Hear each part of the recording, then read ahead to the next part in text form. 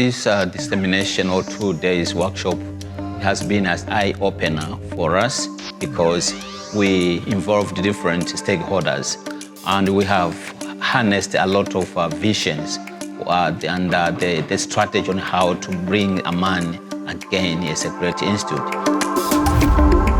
So in this case, it's very important to bring all the efforts from different stakeholders to make sure that the NIMR vision of establishing a training center, but at the same time doing research and development of different aspects, particularly on medicinal plants, because there are several medicinal plants in the area. So that's the vision. But we are not going to leave behind the main function of the institute, that is health research.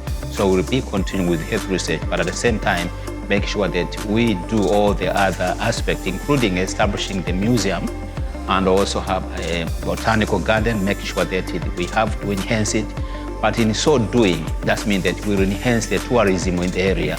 So more people will be coming to visit the area.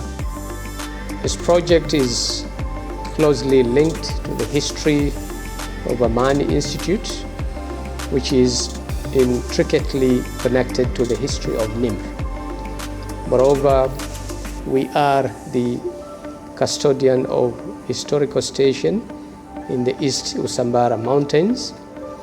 And additionally, our institute possesses extensive expertise in both quantitative as well as qualitative field research, as we have social scientists, including anthropologists in our team who are doing excellent work in this area. I was briefed and learned that the first Amani Workshop in February was a step forward in this direction. I encourage the team to continue on this path, and I'm delighted that you have all accepted the invitation from the Goethe Institute. Welcome to the Amani Workshop 2024, which is the second workshop. We had the first workshop in March 2023.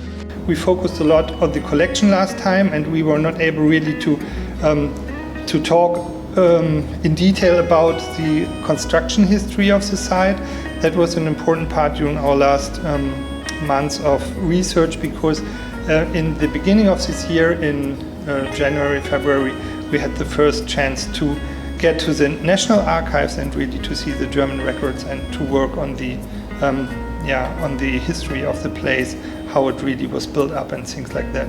Yeah, the second Amani Workshop is important for us in two terms. The first thing is that we wanted to update the research-related institutions from other parties about our results and the latest research we have done. And on the other hand, we want to really build up new cooperation networks and to get in concrete concepts and ideas for upcoming projects in the future. I was interested on keeping memories of Amani because my father told me a lot of good stories of Amani, and some of them I have seen.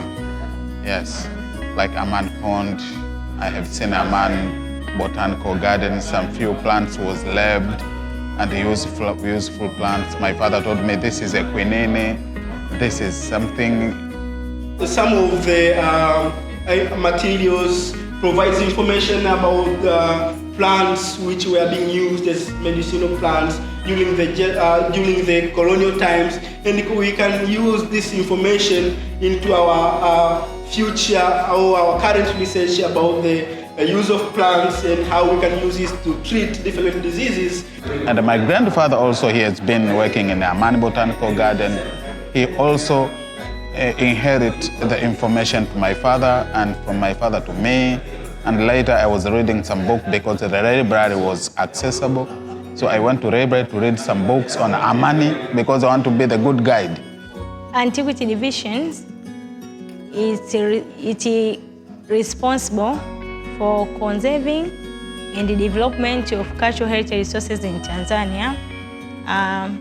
In case of Amani, there is a historical building found at Amani, which was building by Germans Up to this moment, we have monumental buildings.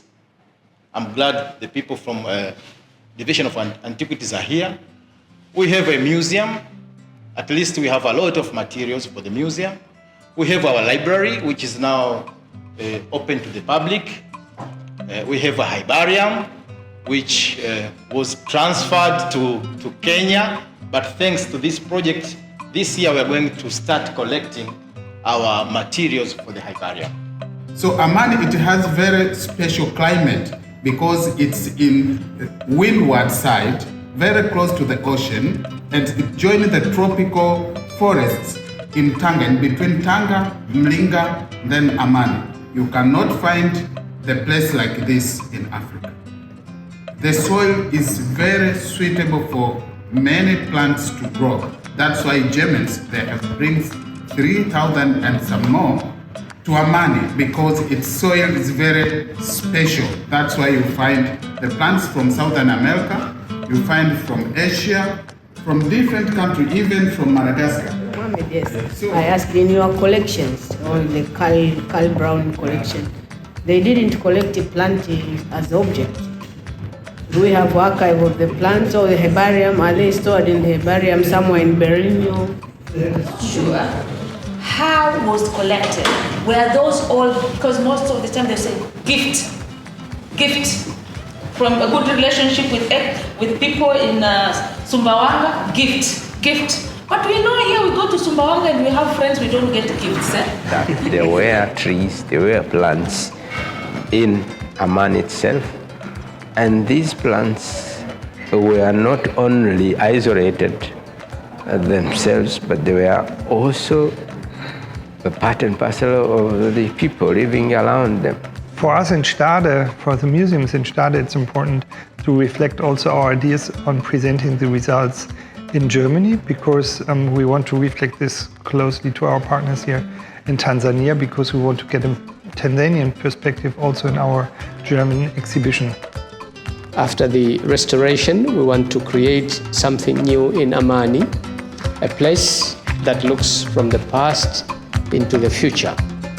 It should become a place for international and local research projects, which could also be open to and possibly linked with volunteer projects and tourist offerings.